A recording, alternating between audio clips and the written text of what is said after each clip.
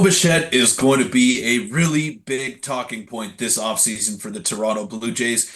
And the question is, does he fit in the future plans of the Jays, or are they better off if they go in a different direction? We'll try to make sense of it on this episode of Jays Digest. Welcome in, everybody, to Jays Digest. I'm your host, Peter Vryonis, alongside host Nick Gosse. And Nick, we've been throwing this back and forth for a very long time now. Bo Bichette, should he stay? Should he go? Should they look to trade him? Should they look to build around him and Vladdy, which they've tried to do for the past half decade, but it hasn't worked? I don't know. For me personally, I still don't have a definitive answer on how I feel about that whole situation, but it's very interesting to think about, and it just makes you wonder what could the Blue Jays possibly get in return for Bo Bichette, who has been one of the most consistent contact hitters ever since he's come into the league, but we know that he struggled last year both with injuries and with performance. So is he the same player? Is he someone that the Blue Jays have faith in building around? All those are question marks that need to be answered by spring training, but they have a lot of time to think about it. Yeah, and because of his lack of production last year, rumors are starting to swirl surrounding Bo Bichette. And ultimately, his future in Toronto at this point is a bit more uncertain than a lot of Jays fans had definitely would have thought even last year. And articles are starting to swirl, Peter, and we'll start with this one here and a bunch of different ones. And this one, Toronto Blue Jays reportedly shopped Star last winter. Could they do it again this year? And basically, it goes on to show that the report from Scott Mitchell earlier on was that the Blue Jays actively shopped Bo Bichette at last year's offseason. He wonders if they could do it again this year. They did indeed shop Bichette in the early stages of last winter, but it was more exploratory than anything. This time around, there seems to be a bit of a fractured relationship, and a change of scenery might be best for both sides. And we obviously know how his season went last year. 81 games, obviously only hitting 225, not a very good year at all. And you can make the argument that his trade value is exceedingly low at the moment. I'm sure you can make the other side that a lot of teams know. You know, he's led the AL in hits twice. So, I mean, he is a very good hitter. Obviously, he was injured last year and had some rough things going. But the Jays did shop him last offseason, according to multiple sources. So, they're clearly not afraid to shop him. And that was before the disastrous year that the Jays had this year. Yeah, I don't think his value lowered as much as people make it out to be. Like, I still look at a player who has been one of the most consistent guys in baseball. The thing that stands out to me is the 81 games. He didn't really have a chance to get his season on track because he had three different stints on the injured list, because he just started off the season in a slump, then went on the IL with a calf injury. Then it just kept getting worse and worse and worse for Bo Bichette. And whenever they would try to get him back, he would get hurt again. So it truly wasn't a season that was conducive to him just being productive, which he has been his entire career. And I'll even argue that maybe he's more valuable right now because he's got one more year left on his deal. And he's due for one more year on his contract. You don't have to pay him $300 million over the course of 10 years, like let's say a Xander Bogaerts or something like that. So people know exactly who he is around Major League Baseball. There's no real surprises with Bo.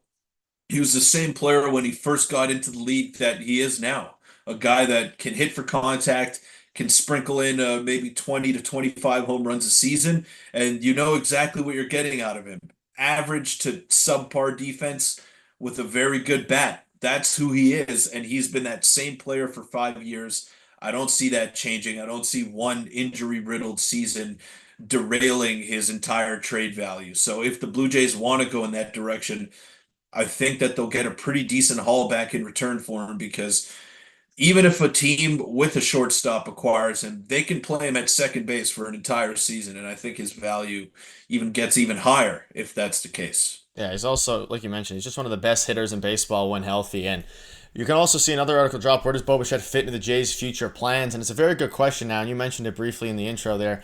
I mean, Ross Atkins, this is kind of his last chance as general manager this offseason to get things done. They need to extend Vladdy, and the biggest question is whether they even want to consider extending Bo Bichette, who's coming off an injury-filled season. We mentioned the slash line he had. But if we're not going to go in the route, if the Jays aren't going to go in the route of a trade, is it possible that they actually sign into a 5-year deal, or maybe even more than that, 8, 9-year deal? that's the question mark that Ross Atkins has to answer, because you either have to, I mean, I guess there's three options. You can trade him, you can extend him, or you can ride it out this season, maybe flip him at the deadline, or play your luck in free agency. But I'm not sure the Jays are super confident in their ability to re-sign Bo Bichette if they let him walk all the way to free agency, where there's going to be dozens of teams, or a couple dozen teams, almost every team in baseball vowing for his services that can, of course, pay aside from a couple. But that's the other question mark here, is do they even want to extend Bo Bichette? And that's the question that has to be answered very soon. Like, Vladdy's an obvious yes, he wants to stay in Toronto, but Bo Bichette's priorities are a bit less clear when it comes to his ambition to stay in Toronto.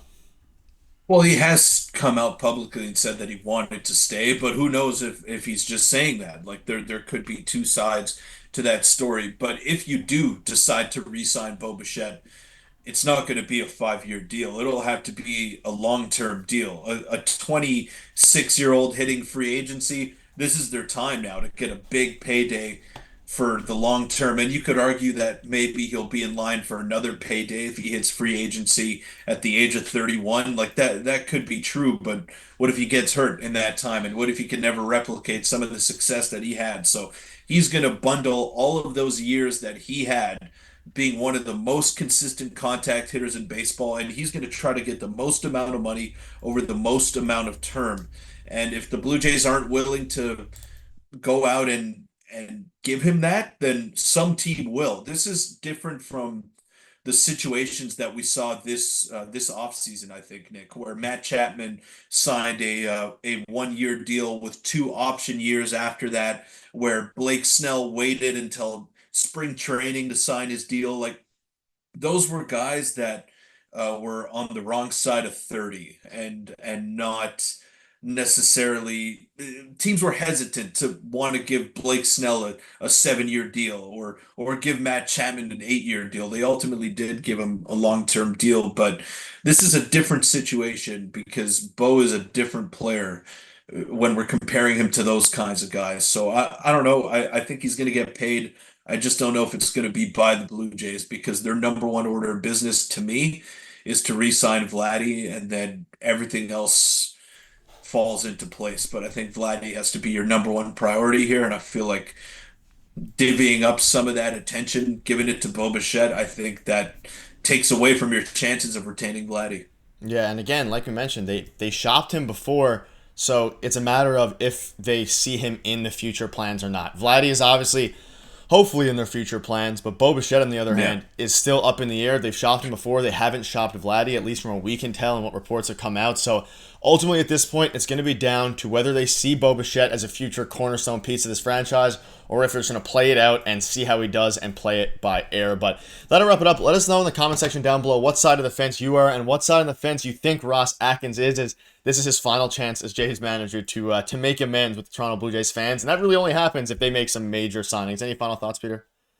Yeah, well, you would hope that it's his final chance Yeah, to hope. make amends, Hope. but we've been saying that for years now, Nick, and he's entering what year nine, year Yeah. 10 as Blue Jays general manager. So I don't know, man. I don't know. I think it's gonna be like we hope that this is his last chance, but I wouldn't hold my breath for it either. Some things need to change, though. There's no doubt about that. Whether it's the coaching, whether it's the players, things need to be different this time around. And I'm not convinced that they will be, but yeah, at least got to try.